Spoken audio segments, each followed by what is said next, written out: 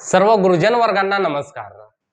टीईटीचा अभ्यास तुमचा बऱ्यापैकी झालाच असेल आणि काही सरावाची गरज असते, काही पीवायक्यू जे आहेत बऱ्याच जणांची डिमांड आहे की सर पीवायक्यू सुद्धा सोबत सोबत घ्या। तर आपण आज काही मॅथमॅटिक्सचे पीवायक्यूज इथं बघणार आहोत सर। लगेचच आपण व्हिडिओला सुरुवात करतोय, तुमचं स्वागत आहेच। तर बघा, प्रश्न क्रमांक 1 जो आहे, खालीलपैकी जोडमूळ संख्यांचा पर्याय कोणता, असा जो प्रश्न आहे। म्हणजे तुम्हाला हे जे सगळे प्रश्न आहेत ना, हे सगळे प्रश्न 2014च्या प्रश्नपत्रिकेत विचारलेले ऍज इट इज प्रश्न घेतलेले आहेत सर। ज्यांच्याकडे प्रश्नपत्रिका उपलब्ध असतील ते बघू शकतात, ज्यांच्याकडे उपलब्ध नसतील त्यांनी व्हॉट्सअप वरून वगैरे ते आलेले आहेत त्यातही बघू शकता। आणि हे 2014चे प्रश्न आपण गणिताचे घेतलेले आहेत, ही गोष्ट लक्षात घ्या। खालीलपैकी जोडमूळ संख्यांचा पर्याय कोणता। जोडमूळ संख्या कशाला म्हटलं जातं, आपण आपल्या व्हिडिओतही पाहिलेलं आहे की दोन मूळ संख्यांमध्ये जर समजा दोनचा फरक असेल तर त्या जोडमूळ संख्या असतात आणि दोन्ही संख्या या मूळ असाव्या लागतात जोडमूळ संख्येमध्ये।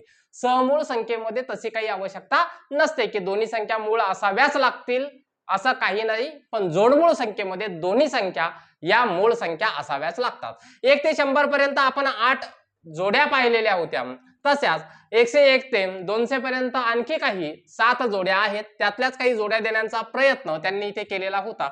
पण आपल्याला काय पाहायचंय सर, की या दोन्ही संख्या मूळ असल्या पाहिजेत। आणि मूळ संख्या असणे म्हणजे काय, तर त्या संख्येला 1 ने आणि त्या संख्येनेच भाग गेला पाहिजे, एवढंच असतं। त्या व्यतिरिक्त दुसरा तिचा विभाजक नसतो। मग आपल्याला इथे येतात सर कसोट्या कामाला। मग आपण बघूयात, 129 ही जी संख्या आहे हिला 1 ने भाग जातो, 2 ने जात नाही, 3 ने जातो का, तर 9 अधिक 2 11 आणि 1 12, 3 ने जातो, म्हणजे ही मूळ संख्याच नाहीये सर। म्हणजे पहिला पर्यायच गेलेला आहे तुमचा। 3 ची कसोटी तुम्ही इथे अप्लाय करून बघा सर। बघा, 3 12 13, पण इथे 4 5 6, 6 ला 3 ने निशेष भाग जातो, 141 लाही 3 ने निशेष भाग जातो, हाही पर्याय गेला तुमचा। म्हणजे सगळ्याच काही गोष्टी आपल्याला सोडवाव्याच लागतात असं नाही, काही गोष्टी आपल्याला बेसिक नॉलेज जरी असलं तरी सुद्धा सुटतात। इथेही बघा बरं, 8 आणि 9 किती होतात, तर 8 आणि 9 होतात 17, भाग जात नाही 3 ने। इथे सुद्धा 10 होते, यांची बेरीज 3 ने निशेष भाग जात नाहीये। शेवटच्या पर्यायाकडे जाऊयात, एकदा 3 ची कसोटी घेतली ना, 3 ची कसोटी संपूर्णच टाकूयात। तर बघा, 9 आणि 5 किती होतात, 14 आणि 1 15, 15 ला सुद्धा 3 ने निशेष भाग जातो, म्हणजे 159 ही सुद्धा मूळ संख्या नाहीये। म्हणजे पर्याय क्रमांक 1, पर्याय क्रमांक 2 आणि पर्याय क्रमांक 4 या जोडमूळ संख्यांच्या जोड्याच नाहीयेत। शेवटचा एकच पर्याय उरलेला आहे, 179 आणि 181 ही जोडमूळ संख्येची जोडी आहे सर। झालं तुमचं उत्तर। बघा, 13 ते 88 या संख्यांमधील समसंख्या व विषम संख्या यांच्या बेरजेतील फरक किती। बघा, 13 पासून 88 पर्यंत समसंख्या आणि विषम संख्या यांच्या बेरजेतील फरक किती, म्हणजे समसंख्येची बेरीज करायची, विषम संख्येची बेरीज करायची आणि त्यांचा फरक किती आहे हे आपल्याला काढायला सांगितलेलं आहे। मग आता एवढ्या सगळ्या संख्या लिहित बसायचं का, नाही। तर बघा, यांच्यातला फरकच काय असतो, जेवढ्या संख्या असतात ना, समजा 13 पासून 88 पर्यंत, 13 पासून 88 पर्यंत एकूण समसंख्या किती आहेत, तर त्या आहेत 88 वजा 13 म्हणजे 5 7 75 अधिक 1 किती 76 चा छेद 2। एकूण संख्या आहेत सर 76। म्हणजे आता तुम्ही म्हणाल की हा एक आणला कुठून सर, तर या 88 मधून 13 वजा केलेले आहेत, म्हणजे 13 च्या पुढे 88 पर्यंत 75 संख्या आहेत आणि 13 ही एक संख्या म्हणून 76 संख्या आहेत त्या टोटल। 13 ला कन्सिडर करायचं असतं त्यामध्ये। आणि आता हे 2 भागिले का घेतले, तर आपल्याला समसंख्या आणि विषम संख्या काढायच्या आहेत। 76 या एकूण संख्या झालेल्या आहेत, म्हणजे जर आपण याला 76 ला जर 2 ने भाग दिला ना, तर यामध्ये या 76 पैकी 38 समसंख्या आहेत आणि 38 विषम संख्या आहेत आणि त्यांचा फरकही किती असतो, तर तो 38 एवढाच असतो। आता तुम्ही म्हणाल की सर आम्हाला सोडूनच दाखवा सर, की या 38च येतं का, हे सोडून दाखवा, तर तेही आपण सोडून बघू शकतो। आणि तुम्हाला एक गोष्ट मागच्या व्हिडिओवरून लक्षात आली असेल की जर समजा आपल्याला काय करायचं आहे की समसंख्येची बेरीज जर काढायची आहे तर त्यासाठी आपण काय करतो, सगळ्यात समसंख्येची बेरीज करत बसतो का, नाही. तर पहिली समसंख्या अधिक शेवटची समसंख्या चा छेद 2 गुणिले एकूण समसंख्या असं करतो की नाही. मग त्या सूत्रानुसार आपण एकदा सोडून बघूयात. 13च्या पुढची समसंख्या कोणती आहे सर आमची, तर 14 आहे. शेवटची संख्या आहे सर आमची 88 चा छेद 2 गुणिले एकूण संख्या समसंख्या 38 आहेत गुणिले 38. या दोघांची बेरीज तुमची किती झाली सर, हे एकदा करून घ्या. तर 8 आणि 4 12 2 हातचा 1 8 आणि हे 2 होतात 10 102 चा छेद 2 गुणिले 38. याचाच अर्थ काय आहे 51 गुणिले 38. 51 गुणिले 38 हे किती उत्तर येतं हे एकदा आपण काय करूयात, काढून घेऊयात. तर 51 ला आम्हाला गुणायचं आहे कितीने, तर 38 ने गुणायचं आहे. 38 गुणिले 51 करू, जे सोपं जातं ना ते पटकन करायचं असतं. म्हणजे 38 अधिक एकक स्थानी दिला आम्ही 0 पंचाठा 40 हातचे आले 4 5 त्रिक 15 आणि 19. या दोघांची बेरीज किती झालेली आहे, तर 1938. म्हणजे याचं उत्तर आलेलं आहे सर 1938. त्यानंतर ही झाली आमची समसंख्येची बेरीज 1938. याच पद्धतीने आपल्याला विषम संख्येचीही करावी लागेल. मग पहिली विषम संख्या कोणती आहे सर, तर 13 आहे आमची. कोणती आहे, तर पहिली विषम संख्या आहे 13. शेवटची विषम संख्या आहे आमची सर 87 चा छेद 2 गुणिले एकूण विषम संख्या आहेत 38. या दोघांची बेरीज किती झाली सर, तर 100 झालेली आहे. 100 चा छेद 2 100 चा छेद 2 गुणिले 38 म्हणजेच काय सर, तर 50 गुणिले 38. इथल्या इथं गुणाकार करता येतो सर. एकक स्थानी आला 0 पंचाठा 40 होतात, हातचे आले 4 5 त्रिक 15 आणि 4 19. या दोघांची करा वजाबाकी 1938 वजा 1900. इथल्या इथं तोंडी सुटतं सर. 1938 मधून 19 वजा केले तर उरतात काय 38. आलं की नाही आपलं 38 उत्तर. म्हणजे या पद्धतीने, म्हणजे तुम्हाला काही बेसिक नॉलेज जरी असलं ना ट्रिक्स नुसार, हे झालं आपलं ट्रिक्स नुसार, उत्तर काय आलं 38. म्हणजे ज्या वेळेला समसंख्येची आणि विषम संख्ये यांच्या बेरजेतील फरक जर विचारला तर एकूण समसंख्या किती आहेत किंवा एकूण विषम संख्या किती आहेत हेच त्याचं काय असतं, अचूक उत्तर असतं सर. पुढच्या प्रश्नाकडे जाऊयात. 5 चा घात वजा 2 5 चा घात वजा 2 याला कधीच चूक असे नाही करायची सर. वजा 5 गुणिले वजा 5 अशी चूक घाईघाईमध्ये कधीच करायची नाही. म्हणजे वजा म्हणजे 25 उत्तर येतं, अशी चूक कधीच करायची नाही सर. याचा अर्थच काय असतो, 5 चा घात वजा 2 याचा खरा अर्थ हा आहे सर की 1 चा छेद 5 चा वर्ग. याची आणि याची किंमत सेम आहे सर. आता याला सोडवा 5 चा वर्ग किती आहे, तर 25 आहे. 1 चा छेद 25 आणि 1 चा छेद 25 म्हणजेच काय सर, 1 ला तुम्ही 25 ने भाग देणार आहात. 1 ला जर 25 ने भाग जर दिला तुम्ही सर, तर तुमचं उत्तर काय येणार आहे, तर उत्तर येणार आहे तुमचं 0.04. भाग देऊन बघू शकता तुम्ही सर कसा, तर 1/25 म्हणजे इथे जाणार आहे 0चा भाग, इथे उरलेला आहे 1, इथं दिला पॉइंट, इथे घेतला 0, 0 घेतला, इथं 25 चोक 100. आलं की नाही 0.04. तुम्हाला प्रत्यक्ष पेपर मध्ये थोड्याशा या गोष्टी स्पीडला जमणं गरजेचे आहे, तर कॉन्फिडन्स तुमचा गणितामध्ये वाढतो सर. नाहीतर इकडे आपण हळूहळू आपल्या घरच्यासारखं करायचं म्हटलं तर तसं होणार नाहीये. आता हे 0.04 ही जी किंमत आहे ही या संख्यांमध्ये शोधायची आहे सर आपल्याला. म्हणजे 0.04 कुठे आहेत, तर इथं पॉइंट आहे, याला 0 कन्सिडर करायचं आहे कारण या 0च्या ठिकाणी इथे 6 आहे, 4 इथं आहे. म्हणजे शतांश स्थानी, शतक नाही बरं, शतांश स्थानी कोण आहे पाहिजे आम्हाला, तर 4 पाहिजे. पहिल्याच पर्यायात आहे सर. कुठे आहे, पहिल्याच पर्यायात शतांश स्थानी 4 आहेत. म्हणून पर्याय क्रमांक 1 हे याचं अचूक उत्तर आहे. पुढे जाण्याची आवश्यकता नाहीये आणि तुमच्यामध्ये हा कॉन्फिडन्स आला पाहिजे. माझं उत्तर मी जर क्लिअर कट काढलेलं आहे ना, तर बाकीचे पर्याय पाहण्याची गरजही नसते, उगाच टाइमपास करण्याची गरज नाही. पण त्या गणितासाठी की तुम्ही कॉन्फिडन्सने ते गणित पूर्णपणाने खात्रीशीर सोडवलेलं आहे. पेपरच्या वेळेला कॉन्फिडन्स ही एक गोष्ट खूप महत्वाची असते. बघा, स्वराजचा 7वा वाढदिवस 13 डिसेंबर 2014 ला शनिवार आहे, तर त्याचा जन्मदिवसाचा वार कोणता. बऱ्याच जणांच्या कमेंट्स होत्या, प्रत्यक्षात फोनवरही विचारलेलं होतं की सर कॅलेंडर म्हणजे दिनदर्शिकेवर आणि घड्याळावर तुम्ही एखादा व्हिडिओ घ्या, नक्कीच त्यावर तुमच्या परीक्षेच्या अगोदर मी चांगला व्हिडिओ तुम्हाला एक प्रोव्हाइड करणार आहे. तर बघा, स्वराज नावाचा एक मुलगा आहे, त्याचा 7वा वाढदिवस 13 डिसेंबर 2014 ला आहे. म्हणजे 2014 ला 7वा वाढदिवस आहे. म्हणजे स्वराजचा जन्म कधी झाला असेल तर वजा काय करणार आहोत आपण, 7 वजा करणार आहोत. याचाच अर्थ काय आहे, 2007 या सालामध्ये स्वराजचा जन्म झालेला आहे. आता सर इथे काय करायचंय, आपल्याला एक गोष्ट करावी लागते. ही गोष्ट काळजीपूर्वक लक्षातच ठेवा की एका वर्षामध्ये साधारण 365 दिवस असतात सर, 52 आठवडे असतात.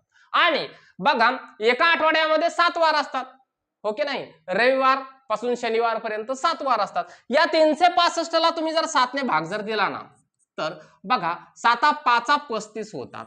7 5 35, इथे 1 उरला, 7 दोन्ही 14 होतात. हे 52 आठवडे आणि बाकी काय राहिला तर 1 राहिलेला आहे. म्हणून कोणताही एखादं सर्वसामान्य वर्ष जर असेल ना, तर पुढच्या वर्षामध्ये 1 दिवस म्हणजे 1 वार हा वाढलेला वार असतो सर. एवढंच फक्त लक्षात ठेवा. आणि लीप वर्षामध्ये 2 दिवस वाढत असतात. किती दिवस वाढत असतात? 2 दिवस. कारण त्यामध्ये काय असतं तर 366 दिवस असतात, म्हणून 2 दिवस वाढत असतात. इथे काही ट्रिक काही नाहीये, ही एक साधी संकल्पना आहे सर. आणि ही आपल्यालाच म्हणून नाही शिकलेल्या लोकांना, तर इथे जे काही अशिक्षित म्हातारे लोक आहेत ना, यांना पण माहिती आहे 52 आठवडे 1 दिवस जास्त असतो, ह्या गोष्टी माहित आहेत. आपण तर सुशिक्षित आहोत सर. तर बघा, इथे काय आहे, 52 आठवड्यांनी 1 दिवस वाढतो म्हणजे 1 वार वाढतो, एवढंच आहे. आणि लीप वर्षामध्ये 2 वार वाढणार आहे. आता पुढे जाताना असं होतंय, मग मागे जर यायचं असेल, कारण आपल्याला त्याचा काय काढायचा आहे, जन्म दिवसाचा वार काढायचा आहे. आपल्याला दिलेला शनिवार कोणता आहे सर, त्याच्या 7व्या वाढदिवसाचा दिलेला आहे. म्हणजेच याचा अर्थ काय होणार आहे की आपल्याला काय करायचंय, मागे यायचं आहे सर. या शनिवारकडून पाठीमागे यायचं आहे. आता हे पाठीमागे यायचं कसं, तर बघा, आपल्याला 2007 साली त्याचा जन्म झालेला आहे, हे आपल्याला माहिती आहे. तुम्हाला समजण्यासाठी या सगळ्या काही गोष्टी मी तर डिटेल्स लिहितो. आता बघा, त्याचा जन्म कधी झाला असेल तर ते 13 डिसेंबर 2007 ला झालेला आहे. कधी झालेला आहे? 7 ला. त्यानंतर 2008 हे साल येतं, त्यानंतर 2009 हे साल येतं, 2010 हे साल येतं, त्यानंतर 2011 हे साल येतं, 2011, त्यानंतर 2012 हे साल येतं, 2013 हे साल येतं, त्यानंतर 2014 हे साल येतं. आणि या 2014 साली त्याचा 7वा वाढदिवस आहे. बघा, आपल्याकडे काय झालेलं आहे तर 1 2 3 4 5 6 7 आणि 8 असे काय झालेले आहेत, 8 वर्ष तयार झालेले आहेत. म्हणजे आपण काय करणार आहोत, इथं शनिवार आहे सर, 2014 ला काय आहे, शनिवार आहे. इथे कोणता वार असणार आहे सर, मग 1 दिवस पाठीमागे येणार आहे, म्हणजे इथं शुक्रवार असणार आहे सर. मग इथं कोणता असणार आहे सर, तर इथं काय येणार आहे, तुम्ही म्हणाल की इथं गुरुवार येणार आहे सर. आता इथे बघा, एक गोष्ट अशी आहे की इथे हे जे वर्ष आहे ना, हे लीप वर्ष आहे. यामध्ये 366 दिवस असतात. काय असतात? 366. म्हणजे इथं बुधवार म्हणा याला, त्यानंतर इथे काय होणार आहे, इथं मंगळवार म्हणा, इथं काय होणार आहे तर इथं सोमवार म्हणा, इथं काय होणार आहे तर इथं रविवार होणार आहे. हे सुद्धा लीप वर्ष आहे. म्हणजे इथं काय होणार आहे, शनिवार म्हणा, त्यानंतर काय म्हणा, शुक्रवार म्हणा, आणि त्यानंतर 2007 ला काय येणार आहे तर गुरुवार म्हणा सर. काय आहे, गुरुवार. आणि गुरुवार हे काय आहे, अचूक उत्तर आहे सर. जर तुम्हाला हे परीक्षेला व्यवस्थित कळालं नाही, या पद्धतीने मांडा सर. 1 मिनिटाच्या आत गणित सहज सुटतं सर. आणि ज्यांना कन्सेप्ट कळाली ना, ज्यांना कन्सेप्ट कळाली त्यांना काही अवघड नाहीये. हे 8 वर्ष आहेत, पैकी 2 जे वार वाढणार आहेत ते लीप वर्षामुळे काय होणार आहेत, वाढणार आहेत. म्हणजे एकूण काय आहे, आम्हाला 10 दिवस काय करायचंय, पाठीमागे यायचंय. आता सोपं सांगतो तुम्हाला. शनिवार ते शनिवार 8 दिवस म्हणतात की नाही, शनिवार ते शनिवार आठवडा 8 दिवस. बघा, शनिवार पर्यंत आलो, यातून 8 गेलो, म्हणजे राहिला काय, इथं शनिवार. आता 2 दिवसच यायचे की नाही पाठीमागे, 2 दिवस पाठीमागे यायचं, शनिवार शुक्रवार गुरुवार, झालं उत्तर तुमचं. म्हणजे ज्यांना थोडासा दिनदर्शिका व्यवस्थित आहे ना, त्यांना एवढ्या कमी वेळेतही उत्तर येतं का, हो येतं सर. आणि आपण व्हिडिओ घेऊन येणारच आहोत यावरती, त्यावेळेला तुम्हाला सुद्धा या पद्धतीने उत्तर नक्कीच येईल. म्हणजे काही सेकंदांमध्ये तुमचं उत्तर रेडी असेल सर. हाही प्रश्न विचारलेला होता, खालील आयताकृतीतील एकरूप कोणांच्या जोड्या किती. आपल्याला इथे एकरूप कोणांच्या जोड्या विचारलेल्या आहेत. एकरूप कोण म्हणजे काय, हे सगळ्यात अगोदर आपल्याला माहित पाहिजे सर. एकरूप म्हणजे ज्या कोणांचं माप हे तंतोतंत एकमेकांना जुळतं, त्याला म्हणायचं एकरूप कोण. आता सर इथे हा एक आयत दिलेला आहे, आयताला 4 कोपरे आहेत सर. किती कोपरे आहेत? 4. म्हणजे तुम्हालाही माहिती आहे, आयताचे जे कोपरे असतात यांच्यामध्ये काटकोन तयार होतो. कोणता होतो सर? काटकोन तयार होतो. काटकोन तयार होतो. आता बघा, हा पहिला काटकोन, दुसरा काटकोन, तिसरा काटकोन, चौथा काटकोन. हा काटकोन याला एकरूप असणार आहे की नाही? हा काटकोन याला एकरूप असणार आहे की नाही? आणि हा काटकोन याला एकरूप असणार आहे की नाही? म्हणजे हे जे काही 4 काटकोन आहेत ना, पहिला याच्यासोबत एकरूप, याच्यासोबत एकरूप, याच्यासोबत एकरूप. आता हे काटकोन जे असतात, हे काटकोन 4 आहेत आणि मग एकरूप जोड्या बनतील किती सर? तर 4 गुणिले 3/2. इथं समजून जायचं की 6 जोड्या बनतील सर. किती बनतील? 6 जोड्या बनतील. आता तुम्ही म्हणाल त्या कशा? तर बघा, 1 2 3 याला याला लावायची का? नाही. 4 5 आणि शेवटची 1 ही आणि ही 6 जोड्या बनतील. त्याचं सूत्रही आहे 4 गुणिले 3/2. एवढं सोडवलं की 6 जोड्या तुम्हाला मिळून गेलेल्या आहेत. आता काटकोन झाले. काटकोन झाल्याच्या नंतर ज्या वेळेला हे कर्ण काढलेले आहेत सर, या कर्णामुळे काय झालेलं आहे? इथं एक छोटा कोन बनलेला आहे. त्यानंतर इथेही एक छोटा कोन बनलेला आहे. 1 2 त्यानंतर 3 4. जसे 4 काटकोन होते ना, तसे या कर्णांमुळे 4 छोटे कोन बनलेले आहेत सर. हे बघा फक्त, इथं छोटा कोन, इथं मोठा कोन आहे. हे लक्षात घ्या फक्त. आता छोटे कोन बघा, छोटे कोन किती आहेत सर? ते सुद्धा 4 आहेत. म्हणजेच काय? 4 गुणिले 3 एकरूप कोनांच्या जोड्या किती होतील? अगेन 6 जोड्या होतील सर. त्यानंतर मी तुम्हाला आत्ताच म्हटलेलं आहे, छोट्या कोणांसारखेच मोठे कोन बनलेले आहेत, तेही 4च आहेत सर. 4 गुणिले 3/2 6 जोड्या बनलेल्या आहेत सर. आता काय राहिलं तुमचं? इथंही बनलेले आहेत कोण सर? हे कोण बनलेले आहेत. हा कोण याच्यासोबत एकरूप, हा कोण याच्यासोबत एकरूप. इथे ही यांची एकच जोडी आहे, इथे ही यांची एकच जोडी आहे. 1 अधिक 1 2 जोड्या बनलेल्या आहेत. कुठे? त्यांच्या सेंटरला बनलेल्या आहेत 2 जोड्या. सर काहीच नाही, याची बेरीज करा. 6 6 6 आणि 2 6 3 18 आणि 2 किती झाले सर? 20 झाले. म्हणून पर्याय क्रमांक 4 हे तुमचं अचूक उत्तर आहे सर या प्रश्नाचं. कळालं? तर अशा काही गोष्टी आपल्याला भूमितीच्या सुद्धा लक्षात येणं खूप गरजेच्या आहेत. त्यानंतर पुढचा प्रश्न आहे, 2 मीटर उंची व 70 सेंटीमीटरची त्रिज्या असलेल्या वृत्तचितीची. म्हणजे असं एक वृत्तचिती आहे. हे वृत्तचिती आहे म्हणजे एवढं ताण नाही घ्यायचा सर. आपल्या घरातला एखादा ड्रम आहे समजायचा. काय आहे? एखादा ड्रम आहे, असा ड्रम. आणि हा जो काही ड्रम आहे ना, या ड्रमामध्ये काय भरतो आपण? पाणी भरतो सर. या ड्रमामध्ये काय करतो? पाणी भरतो. 2 मीटर उंची व 70 सेंटीमीटर त्रिज्या असलेल्या वृत्तचिती आकाराची पाण्याची टाकी एका नळाने अर्ध्या तासात 1/8 भाग भरते. याप्रमाणे आणखी 2 तासात टाकी भरल्यानंतर उर्वरित भागात किती लिटर पाणी मावेल? एवढं सगळं गणित वाचलं ना तर पॅनिक अजिबात व्हायचं नाहीये. थोडासा सराव जर आपण केलेला असेल ना सर, तर थोड्याशा सरावामध्ये आपल्याला काही गोष्टी जमतात का हे पाहायच्या आणि लगेच जर नवीन वाटलं ना तर मग उगाच त्यासोबत झटत बसायचं नाही. समजा ते गणित आपल्यासाठी नाहीच आहे म्हणायचं, कारण 30च्या 30 तुम्हीच नाही, कोणीच नाही सोडू शकत सर गणितामध्ये. येतंय लक्षात? म्हणजे काय करा, तुम्हाला एक गणित जमतं की नाही, म्हणजे आपल्याला काय जमतं काय जमत नाहीये ज्याला कळालं ना, तो खरा परीक्षार्थी असतो. तर आपल्याला एक गणित सोडवता येतं का? वृत्तचित्राची थोडीफार तयारी आपली आहे का? जर असेल तर मग मात्र आपण काय करायचं? त्याला प्रयत्न करायचा. मग प्रयत्न केल्याच्या नंतर ते गणित सुटतं का? हो, 100% सुटतं. कसं सुटतं ते बघूयात. आता याची उंची आहे सर 2 मीटर आहे. किती आहे? उंची आहे 2 मीटर. रेडियस आहे म्हणजे त्रिज्या आहे सर त्याची 70 सेंटीमीटर दिलेली आहे. तर वृत्तचिती आकाराची पाण्याची टाकी एका नळाने अर्ध्या तासात भरते. आता एखाद्या वृत्तचितीमध्ये, एखाद्या भांड्यामध्ये किती पाणी मावतं? म्हणजे आपल्याला काय काढावं लागतं सर? त्याचं घनफळ काढावं लागतं. काय काढावं लागतं? त्याचं घनफळ काढावं लागतं. आणि वृत्तचितीच्या घनफळाचा फॉर्म्युला काय आहे सर? सूत्र काय आहे? पाय आर स्क्वेअर एच. बरोबर आहे तुमचं म्हणणं, पाय आर स्क्वेअर एच. आता पायची किंमत काय असते सर? तर 22/7 ही पायची काय असते सर? किंमत असते. आणि आर स्क्वेअर किती दिलेला आहे सर तुम्हाला? तर 70 सेंटीमीटर दिलेला आहे. आर 70 दिलेला आहे म्हणजे 70 गुणिले 70 सेंटीमीटर मध्ये. आणि हाईट मात्र तुम्हाला मीटर मध्ये दिलेली आहे. आणि ज्यांची खरोखर वृत्तचिती वगैरे एवढी तयारी आहे ना, त्यांच्या पटकन लक्षात येऊन जातं की त्रिज्या जर सेंटीमीटर मध्ये आहे, हाईट जर मीटर मध्ये आहे, इथल्या इथं ते काय करणार आहेत? 2 मीटरला लगेच सेंटीमीटर मध्ये कन्व्हर्ट करून 200 सेंटीमीटर करणार आहेत. कारण हे सगळं सोडवताना आपल्याला एका युनिट मध्ये सोडवावं लागतं सर. वेगवेगळ्या युनिट मध्ये गणित सोडवता येत नाही. आणि एवढी जाण तर आपल्याला निश्चितच आहे सर. बघा 7 ने जर आपण 70 ला भाग दिला तर इथं उरलेले आहेत 10. आता एवढं सोपं केल्याच्या नंतर हे सगळं तुम्हाला स्ट्रॉंगली जमतं सर. कसं तर 22 गुणिले 10 गुणिले 70 गुणिले 200 एवढंच सोडवायचं आहे. झिरो किती आहे तर 1 2 3 1 2 3 ऍज इट इज देऊन घ्या सर.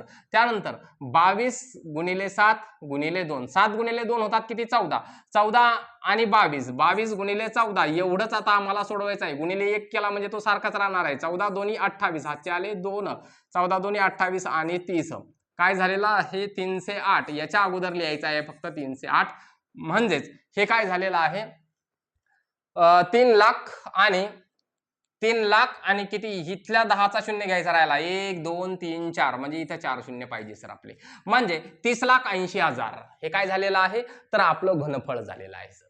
काय झालेलं आहे घनफळ झालेलं आहे. आता सगळ्यात महत्वाची गोष्ट आपण फक्त काय केलेलं आहे टाकीचं घनफळ किती आहे हे काढलेलं आहे.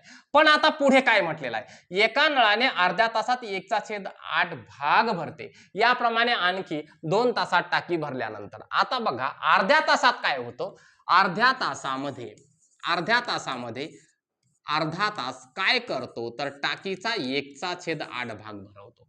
मग 2 तासामध्ये आणखी किती भरेल सर तर हे अर्ध्या तासामध्ये 1/8 भाग भरली जाते टाकी तर आणखी 2 तासामध्ये काय होणार आहे अधिक 4/8 भाग भरेल की नाही म्हणजे या 2.5 तासामध्ये 5/8 भाग एवढी काय होणार आहे टाकी भरणार आहे. जर समजा या 2.5 तासामध्ये टाकी जी आहे ती 5/8 एवढी भरलेली आहे तर मग ती पूर्ण टाकी 1 वजा 5/8 म्हणजेच काय बरोबर 3/8 एवढी काय आहे रिकामी आहे सर. मग भरल्यानंतर उर्वरित भागात किती लिटर पाणी मावेल हे आपल्याला काढायचं आहे. म्हणजे 3/8 भाग म्हणजे किती पाणी हे आपल्याला काढायचं आहे. आता बघा ज्या वेळेला आपल्याला एवढं घनफळ वगैरे जर लक्षात येतंय तर एक गोष्ट समजून घ्या की आपल्याला 1 घन सेंटीमीटर पाणी म्हणजे 1 लिटर पाणी हो की नाही 1000 घन सेंटीमीटर पाणी 1000 घ सेमी पाणी म्हणजे काय असतं तर 1 लिटर पाणी असतं हे माहित आहे. आणि आपल्याकडे घनफळ किती आहे तर 30,80,000 घन सेंटीमीटर आहे घन सेंटीमीटर आहे. मग 1 लिटर म्हणजे किती तर 1000 घन सेंटीमीटर. मग 30,80,000 घन सेंटीमीटर म्हणजे किती लिटर हे जर काढायचं असेल तर या 30,80,000ला तुम्हाला काय करावं लागेल या 1000 ने भाग द्यावा लागेल सर. 3 शून्य ऍज इट इज कटलेले आहेत. उरलं काय तुमच्याकडे तर 3080 आणि हे 3080 म्हणजे हे एकूण लिटर पाणी झालेलं आहे एकूण टाकीत मावलेलं पाणी झालेलं आहे. पण आपल्याला उर्वरित पाणी काढायचं म्हणजे 3/8 पाणी म्हणजे किती मग हे सोपं आहे याला गुणिले 3/8 करा फक्त बस. या 8 ने काय करा 3080 ला फक्त भाग द्या 8 त्रिक 24 होतात सर 8 त्रिक 24 इथे किती उरले 6 8 8 64 4 8 45 385 गुणिले 3 385 गुणिले 3 एवढंच सोडवायचं आहे. 5 त्रिक 15 8 त्रिक 24 आणि 1 25 3 त्रिक 9 आणि 2 11 1155 हे असणार आहे तुमचे लिटर. हे झालं तुमचं अचूक उत्तर. म्हणजे एवढं कच्चं काम निश्चित रूपानं करावं लागतं सर आणि ज्यांनी थोडीफार प्रॅक्टिस केलेली आहे त्यांना सहज शक्य आहे हे सर. आणि तुम्हाला हार्डर लेवलचे क्वेश्चन या पद्धतीचे विचारले जातात सर. या पुढे 1 ते 5 ला नक्कीच जात नाही. थोडासा अवघड करण्याचा प्रयत्न या 2014 ला त्यांनी 2 प्रश्नांमध्ये केला होता तर त्यामध्ये त्यांचे ते प्रश्न चुकून गेलेले आहेत ते रद्दच झाले प्रश्न हेही माहित असलं पाहिजे. यापेक्षा अवघड करायला गेले की तेच चुकतात. बघा काही पेट्यात समान संख्येत पुस्तके ठेवायची आहेत. समान संख्येत पुस्तकं ठेवायची आहेत म्हणजे लक्षात आलं पाहिजे काय लसावी आहे सर. हा प्रत्येक पेटीत 28 किंवा 12 किंवा 16 पुस्तके ठेवली, प्रत्येक वेळी शेवटच्या पेटीत 3 पुस्तके कमी पडतात, तर पुस्तकांची एकूण संख्या खालील पर्यायापैकी किती असू शकेल, असं त्यांनी आपल्याला विचारलेलं आहे. म्हणजे आपल्याकडे आकडे काय काय दिलेले आहेत, तर 28 दिलेला आहे सर आम्हाला, 12 दिलेला आहे सर आम्हाला आणि 16 दिलेला आहे. आता बघा, याचा आम्हाला लसावी काढायचा आहे. पुढचं नंतर पाहू 3 पुस्तके कमी पडतात वगैरे, कारण सगळंच एकदाच गणित तुम्ही वाचत बसले ना, तर सगळं गणित वाचत बसले सगळा गोंधळ होतो. सुरुवातीला आम्हाला लसावी काढायचा आहे, हे आमच्या लक्षात आलं, ते पहिल्यांदा काढून घेऊ. म्हणजे 28 चा लसावी काढणार कसा सर आम्ही, तर आम्हाला सोप्या पद्धतीने सांगितलेलं आहे. 2 गुणिले 14 करा, त्यानंतर 2 गुणिले 2 गुणिले 7 करा, झाले अवयव पडून आमचे. त्यानंतर 12 म्हणजेच काय, तर 2 गुणिले 6, त्यानंतर 2 गुणिले 2 गुणिले 3, एकदम साध्या पद्धतीनं जमतंय आम्हाला हे सगळं काही. त्यानंतर 16 चे अवयव काय, तर 2 गुणिले 8, त्यानंतर काय 2 गुणिले 2 गुणिले 4, त्यानंतर काय, तर 2 गुणिले 2 गुणिले याचे अवयव 2 गुणिले 2. कोण कोण सामायिक आहेत, हे 2 सामायिक, 2 सामायिक, 2 सामायिक, त्यानंतर हे 2 सामायिक, हे 2 सामायिक, हे 2 सामायिक, घ्या सामायिक सामायिक, 2 गुणिले 2 घेतले सामायिक, त्यानंतर इथे 2 गुणिले 2 आहेत, 2 गुणिले 2 इथं आहेत, त्यानंतर इथं असामायिक मध्ये 7 आहे, इथं असामायिक मध्ये 3 आहे. करा सर गुणाकार, इथे आले 4, इथं आले 4, इथं आले 21. बघा बरं, 4 चौक 16, 16 गुणिले 21, 16 एक 16, हातचा आला 1, 16 दोन्ही 32 आणि 1 33. किती आलं उत्तर, 336. आता 336 तुमचं इथं कुठंच पर्यायामध्ये नाहीये. मग आपल्याला करायचं काय आहे, त्यांनी काय म्हटलेलं आहे की प्रत्येक वेळी शेवटच्या पेटीत 3 पुस्तकं कमी पडतात. म्हणजे 336 मधून 3 वजा करून बघू सर आपण. 336 मधून 3 वजा जर कमी केले तर 333 येतात. पर्याय आहे का आपल्याकडं, 333 नाहीच आहे. मग 336 च्या पटीतले पुस्तकं बघूयात सर आपण. मग 336 ची पट म्हणजे काय, तर 336 ची दुप्पट करूयात पहिल्यांदा आपण. 6 दोन्ही 12 से 2 हातचा आला एकम, 3 दोन्ही 6 आणि 1 7, 3 दोन्ही 6, 672 ही पट झालेली आहे. त्यातनं 3 पुस्तकही कमी करूयात. 672 कुठे आहे का, ऍज इट इज आहे, पण 3 पुस्तकं कमी पडतात ना, म्हणजे 3 पुस्तकं कमी करावीच लागतात सर. हे 672 आलं म्हणजे 672 म्हणजे सगळीच पुस्तकं बसलेली आहेत. 3 पुस्तकं कमी पडतात, ही अट पण इथं काय झाली पाहिजे, पूर्ण झाली पाहिजे सर. म्हणजे हे कमी करावे लागतात, म्हणजेच किती होणार आहे, 669. या पर्यायात 672 नको, 669 पाहिजे होतं सर आम्हाला, ते 669 नाही आहे. मग दुप्पटही होणार नाहीये, तिप्पट करून पहा सर याची. मग 336 ची तिप्पट किती होते सर, तर 6 त्रिक 18, चाला 1, 3 त्रिक 9 आणि 1 10, चाला 1, 3 त्रिक 9 आणि 1 10, 1008. 1008 आहे का कुठं, तर 1008 नाहीये. पण आपल्याला काय पाहिजे, 3 पुस्तक कमी पडतात म्हणजे काय आहे, 1005 पाहिजे खऱ्या अर्थानं. 1005 आहे का कुठं, तर कुठंच नाहीये. 3 पट करून झाली, चौपट करा सर, चौपट म्हणजे 336 ची चौपट करून बघा सर, तर 4 पट केलेली आहे. 4 सक 24, 2 4 त्रिक 12, 12 आणि 2 14, हातचाला 1, 4 त्रिक 12, 12 आणि 1 13, वजा 3 करावेच लागतात सर आम्हाला. 1 4 3 1, 1341, म्हणून 1341 हा काय आहे, तुमचा अगदी योग्य पर्याय आहे सर. मग आपल्याला हे डोकं तिथल्या तिथं लावावंही लागतं, थोडंसं फिरवतात, प्रश्नाला फिरवतात. पण जर समजा तुम्हाला एवढं लसावी वगैरे काढता येतं तर पट करणं हे तुमच्यासाठी काही कठीण नाहीये. म्हणून प्रश्न काळजीपूर्वक वाचा आणि त्याला समजून घ्या, हे सगळ्यात महत्वाचं आहे सर. बघा, 12 वस्तूची विक्री किंमत 15 वस्तूंच्या खरेदी किमती एवढी आहे. म्हणजे 15 वस्तूची खरेदी किंमत जेवढी आहे ना, 15 वस्तूची खकी बरोबरच काय आहे, 12 वस्तूंची विकी आहे सर, म्हणजे विक्री किंमत आहे सर. तर या व्यवहारात नफा किंवा तोटा झाला. आता मला एक सांगा तुम्ही, इथल्या इथं लक्षात येतं आपल्याला की जर समजा आपण काय केलं की 12 वस्तूची विक्री किंमत, विशिष्ट पैशामध्ये आपण 15 वस्तू विकत घेतल्या आणि 12च वस्तू विकल्याच्या नंतर आपल्याला काय झाला की ते जेवढे पैसे गुंतवले होते तेवढे आले, 3 वस्तू आपल्याकडे शिल्लक आहे की नाही अजून, म्हणजे आपल्याला यात नफा होणार आहे. तोटा तर होणारच नाहीये, म्हणजे हा पर्यायच गेलेले आहेत तुमचे. आपल्याला होणार आहे तो नफा होणार आहे. काय होणार आहे, नफा होणार आहे. मग आता मला सांगा तुम्ही, तर नफा काय आहे, नफा बरोबर काय सूत्र आहे, खरेदी किंमत वजा विक्री किंमत वजा खरेदी किंमत. आता बघा, आपण समजा काय केलं की 15 प्रमाणात वस्तू विकल्या, 12 खरेदी केल्या होत्या, म्हणजे 3च्या त्या प्रमाणामध्ये 3 वस्तू एवढा नफा होणार आहे की नाही आपल्याला, 3 वस्तूच्या किमती एवढा नफा होणार आहे. मग आता 3 वस्तूच्या किमती एवढा तुम्हाला नफा झालेला आहे आणि एकूण वस्तू काय केलेल्या आहेत, 12 वस्तू विकलेल्या आहेत आणि आपल्याला विचारलेलं काय आहे, तर या व्यवहारात नफा, वस्तूची विक्री किंमत 15 वस्तूच्या खरेदी किमती एवढी आहे, तर या व्यवहारातील नफा किंवा तोटा किती, तर इथं शेकडेवारी मध्ये विचारलेला आहे. म्हणजे शेकडेवारी मध्ये आपल्याला काढावा लागेल. 4, 3 ने 12ला भाग दिला 4 म्हणजे 1/4 गुणिले 100. याचाच अर्थ काय आहे, 25 म्हणजे काय झालेला आहे, 25%. आणि तोटा तर होतच नाही, तो नफा होणार आहे. म्हणजे 25% काय होतोय, तुम्हाला नफा होतोय सर. बघा, काही गोष्टी ज्या आहेत नफा तोटाच्या, त्या तिथल्या तिथेही कळाल्या पाहिजेत, पण त्यासाठी काही बेसिक क्लिअर असावं लागतं. बेसिकचा व्हिडिओ आपण काय केलेला आहे, चांगल्या पद्धतीनं दिलेला आहे, त्यामुळे तुमच्या या गोष्टी तिथे वेळ वाचवतील निश्चितच. एका धावण्याच्या शर्यतीत 4 स्पर्धकांनी पूर्ण केलेले अंतर खालील पर्यायात दर्शवलेले आहे, त्यातील सर्वाधिक अंतर कोणते. तर आपल्याला काय काय दिलेलं आहे, पहिला पर्याय दिलेला आहे सर आम्हाला 115.28 हेक्टोमीटर. आता हे हेक्टोमीटर म्हणजे काय हे समजणं गरजेचं आहे. 1 हेक्टोमीटर म्हणजे 100 मीटर गुणिले 100 मीटर, हे झालं तुमचं मीटर मध्ये कन्व्हर्जन. जर तुम्ही 115.28 ला 100 ने जर गुणलं तर लगेच लक्षात येतं ते 11,528 हे उत्तर येणार आहे, ते येणार आहे मीटर मध्ये. हे झाला तुमचा पहिला पर्याय. त्यानंतर 90,270 इथं हे डेसिमीटर मध्ये दिलेलं आहे सर.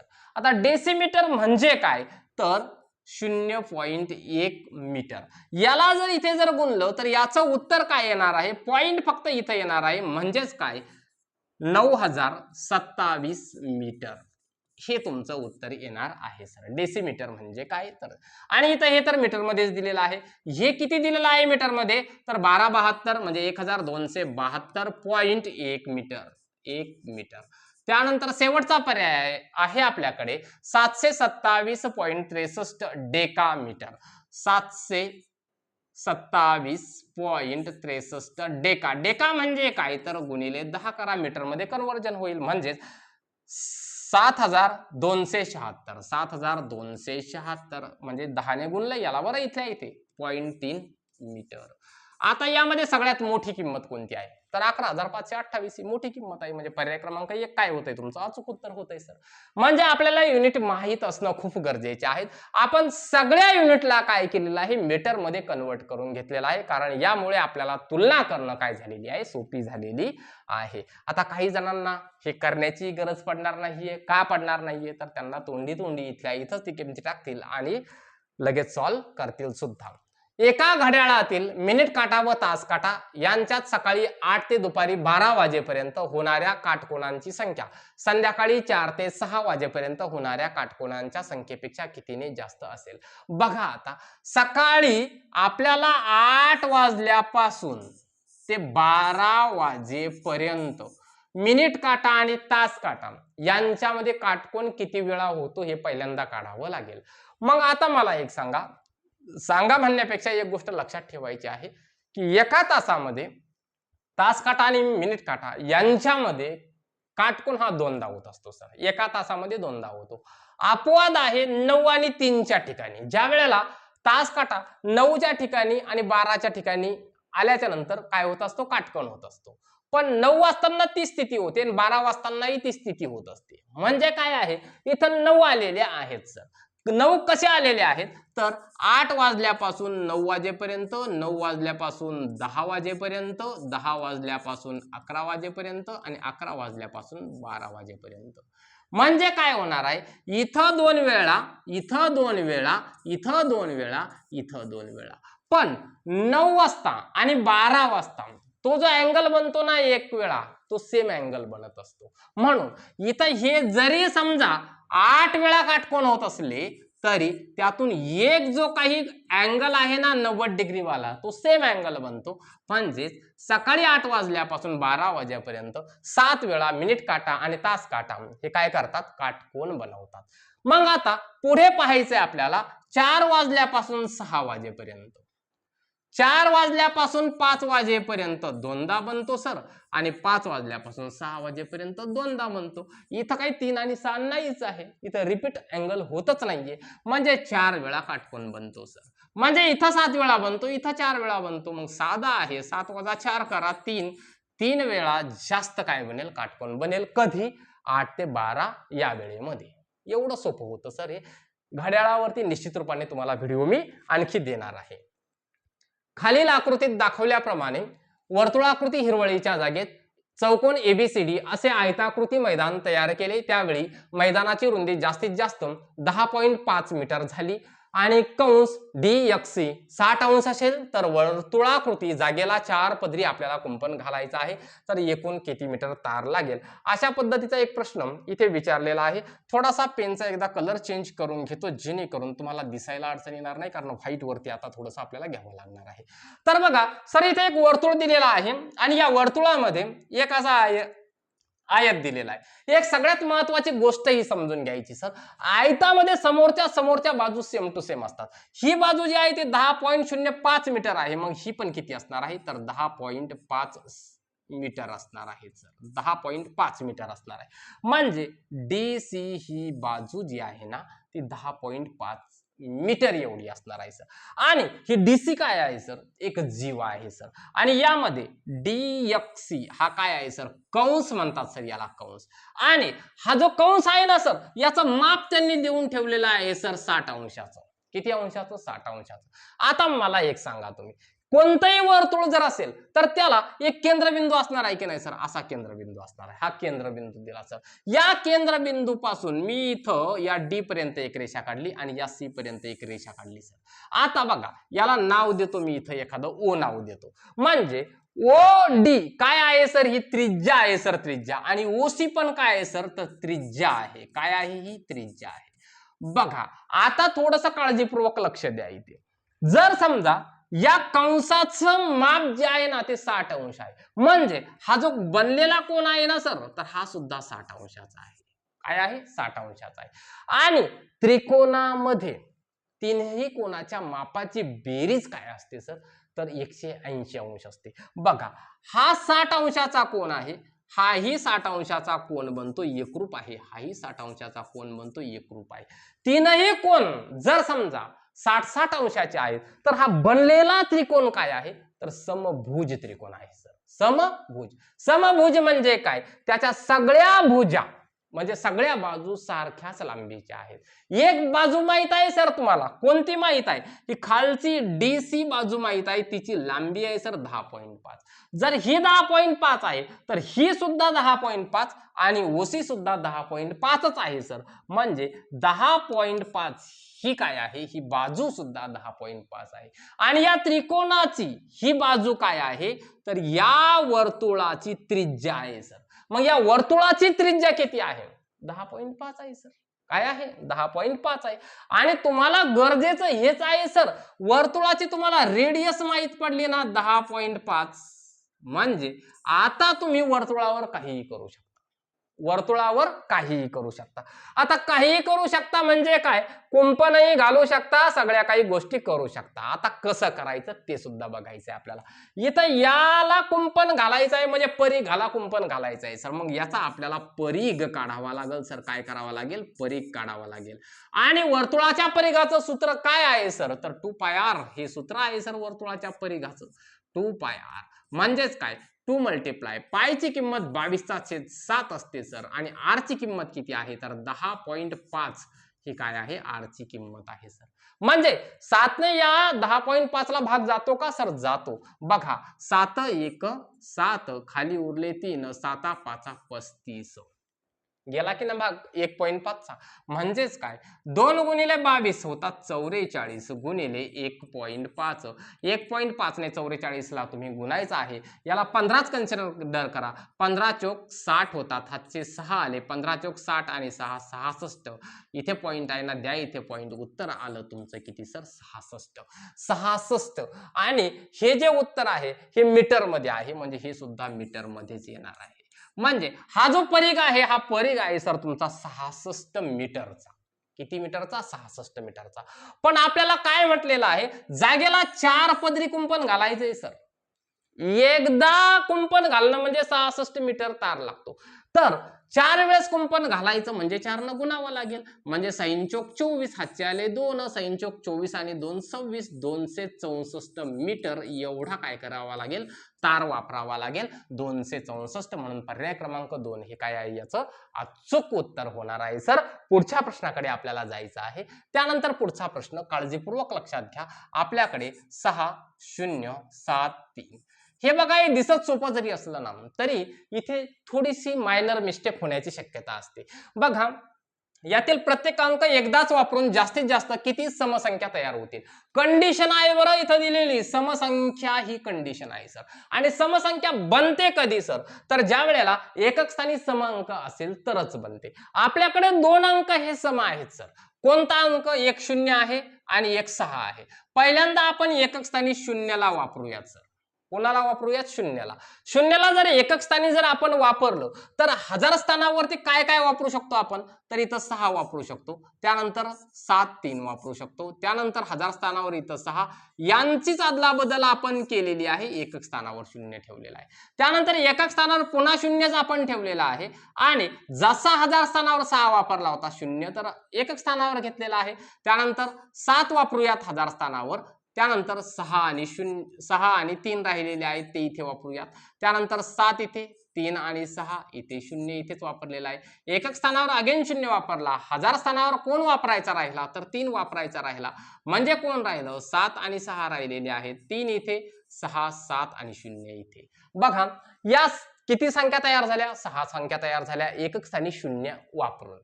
त्यानंतर आपण एकक स्थानावरती आता 6 वापरू शकतो. इथे 6 एकक स्थानावर वापरले.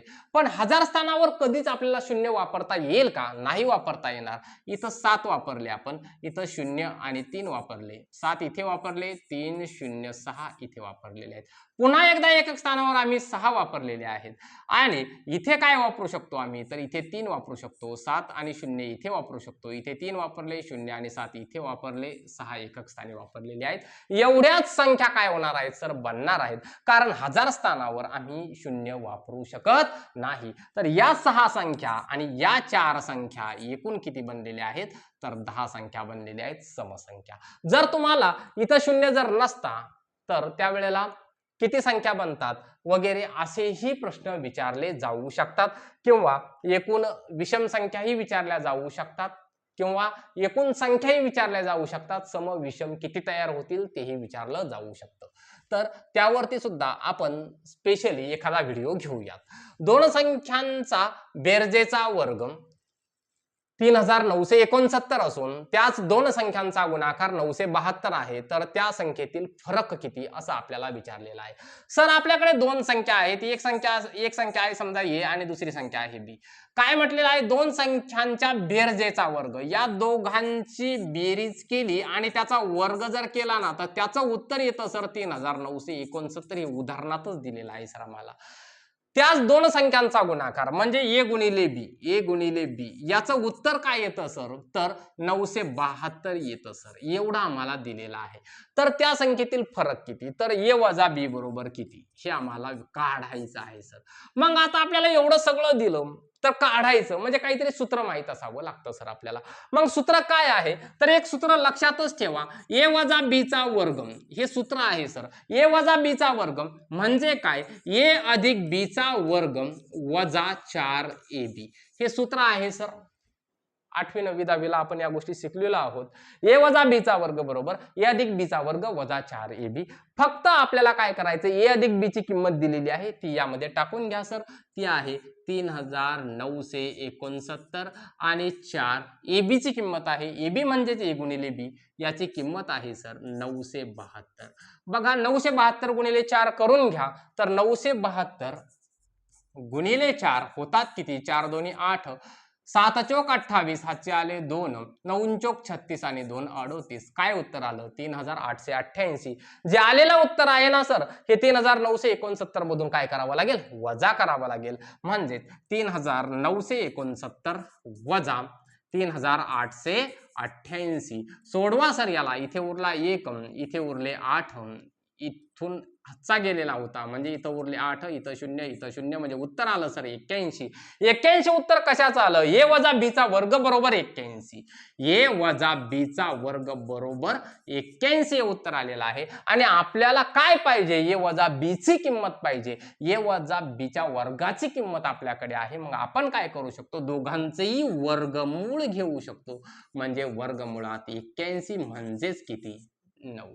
a वजा b म्हणजे यांच्यातील फरक किती आहे? तर 9 चा फरक आहे सर. पण पर्याय क्रमांक 1 हे याचं अचूक उत्तर होत आहे सर.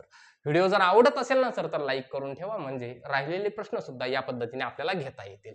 बघा, 92 ही संख्या 83 वेळा घेऊन गुणाकार केल्यास गुणाकार संख्येच्या एकक स्थानी कोणता अंक असेल? आता बघा, 92 ही संख्या जी आहे ना, ही 83 वेळा घेऊन गुणाकार केला म्हणजे 92 चा घात 83 करणे होय.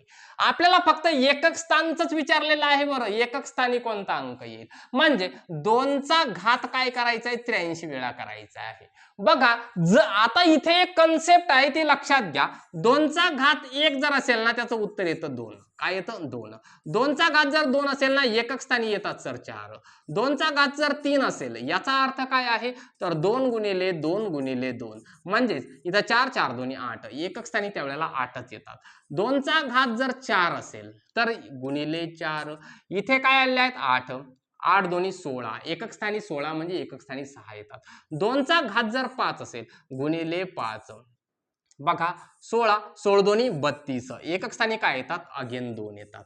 म्हणजे 2 4 8 6 ही साखळी आता सुरूच राहणार आहे. म्हणजे ही 2 ची साखळी बनते कशी सर? 2 4 8 6, 2 4 8 6 या पद्धतीने साखळी बनणार आहे. म्हणजे पहिल्यांदा 2 येणार, 4 येणार, 8 येणार आणि 6 येणार. म्हणजे आपल्याकडे ही 4 ची एक साखळी बनते. मग 83 वेळा घेतलेली आहेत. मग 83 वेळा 4 4 ची साखळी बनेल कशी? हे कसं काढायचं? तर मगासारखंच, मगाशी आपण असं एक उदाहरण सोडवलं होतं वारांचं. त्यावेळेला सुद्धा तुमच्या लक्षात आलं असेल की 365 ला आपण तिथे 7 ने भाग दिला होता. इथं 83 ला 4 ने भाग द्यायचा आहे. म्हणजे किती? 20. उरले किती? 3 चा छेद 4. 3 उरलेले आहेत ना, आणि 3 म्हणजे काय? घात 3. एकक स्थानी येणार आहे सर 8. काय येणार आहे? 8. म्हणजे 83 वेळा गुणाकार करत बसण्याची खरोखर काही गरज पडत नाही. या बेसिक गोष्टी लक्षात येणं गरजेचे आहेत. म्हणून पर्याय क्रमांक 3 ही या प्रश्नाचं काय आहे सर?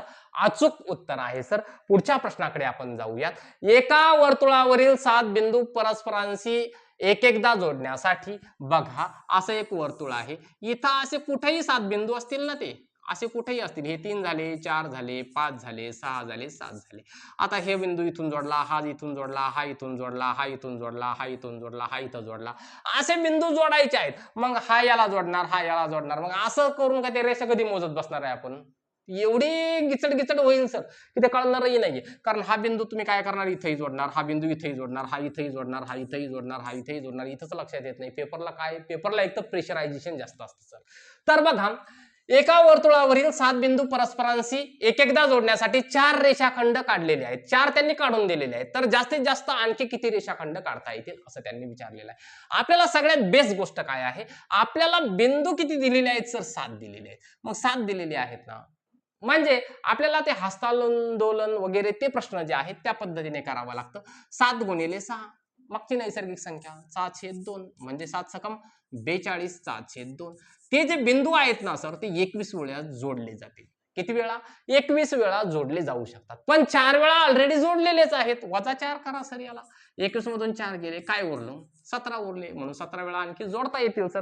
तर या पद्धतीने काही प्रश्न आपण इथे घेतलेले आहेत सर. काही प्रश्न आपण पुढच्या व्हिडिओमध्ये निश्चितच कव्हर करणार आहे. आणि तुम्हाला इथे एक्सप्लेनेशन करण्यासाठी थोडासा वेळ जातो सर. आणि तुम्ही प्रॅक्टिस करायची आहे. यातले 1-2 प्रश्न असे आहेत की ते नक्कीच ज्यांना मॉडरेट लेवलवर जमतंय त्यांनी स्किप केले तरी हरकत नाहीये. कारण आपण यामध्ये काही मॉडरेट लेवलवरचे, काही सोप्या लेवलवरचे सगळे काही क्वेश्चन कव्हर केलेले आहेत. व्हिडिओ कसा वाटला कमेंट करून निश्चितच सांगा. भेटूयात पुढच्या व्हिडिओमध्ये. तोपर्यंत जय हिंद, जय महाराष्ट्र.